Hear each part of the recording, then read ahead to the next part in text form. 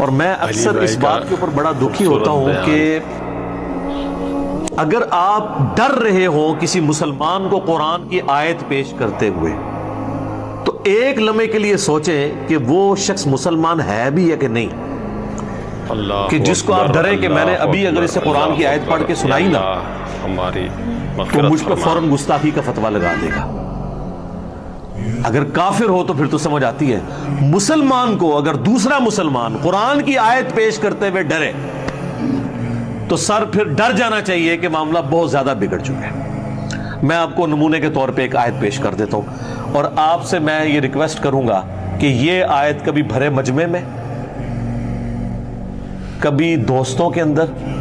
کبھی اپنے خاندان کے لوگوں میں بیٹھ کے آپ اس آیت کو بیان کریں اور اس کا ترجمہ جس مکتب فکر کے وہ ہے نا اسی کا ہی ترجمہ پڑھ کے آپ بتا دیں، اور پھر دیکھیں آپ کے ساتھ ہوتی کیا ہے۔ حالانکہ قرآن کی آیت ہے،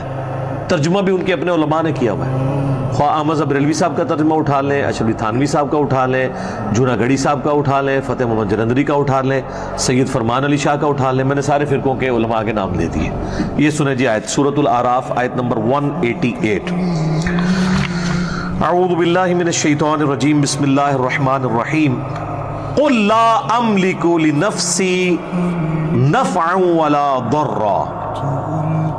اے نبی تم فرما دو کہ میں تو اپنی جان کے لیے بھی نہ کسی نفع کا مالک ہوں نہ کسی نقصان کا، الا ما شاء اللہ، ہاں مگر جو اللہ چاہے۔ تو اگر نبی علیہ السلام کو اپنی ذات کے حوالے سے اختیار نہیں ہے تو کسی دوسرے کو نفع دینا تو یہ بہت بڑی بات ہو جائے گی۔ اور ابھی یہ بات کنکلوڈ نہیں ہوئی، یہ آیت اس میں آگے چل رہی ہے۔ وَلَوْ كُنْتُ أَعْلَمُ الْغَيْبِ، اور اگر میں خود غیب جان لیتا ہوتا، جس طرح کہ ہمارے بریلویوں کا یہ عقیدہ ہے، جب ہم انہیں یہ بات کرتے ہیں تو وہ آگے سے لڑتے ہیں، نہیں نہیں ہم تو کہتے ہیں اللہ بتاتا ہے، نہیں نہیں یہ مسئلہ نہیں ہے۔ آپ یہ کہتے ہیں کہ اللہ تعالیٰ نے یک مشت سارا علم دے دیا ہوا ہے، اب نبی علیہ السلام کو اللہ کو کنسلٹ کرنے کی ضرورت نہیں، وہ خود ہی حاصل کر لیتے ہیں۔ یہ نہیں ہم کہہ رہے ہوتے کہ آپ یہ کہہ رہے ہیں کہ وہ اللہ کی مدد کے بغیر حاصل کیا، نہیں، آپ کہتے ہیں سب کچھ مل گیا۔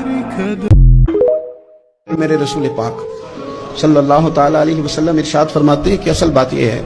کہ اللہ تعالیٰ نہ کسی بندے کا درجہ بلند کرنے کا ارادہ فرماتا ہے، لیکن اس کے اعمال اس طرح کے نہیں ہوتے کہ اس کا درجہ بلند کیا جائے۔ اب رب کیا کرتا ہے، اللہ تعالیٰ اس کو مال کی، جان کی، اولاد کی کسی مشکل میں ڈال دیتا ہے،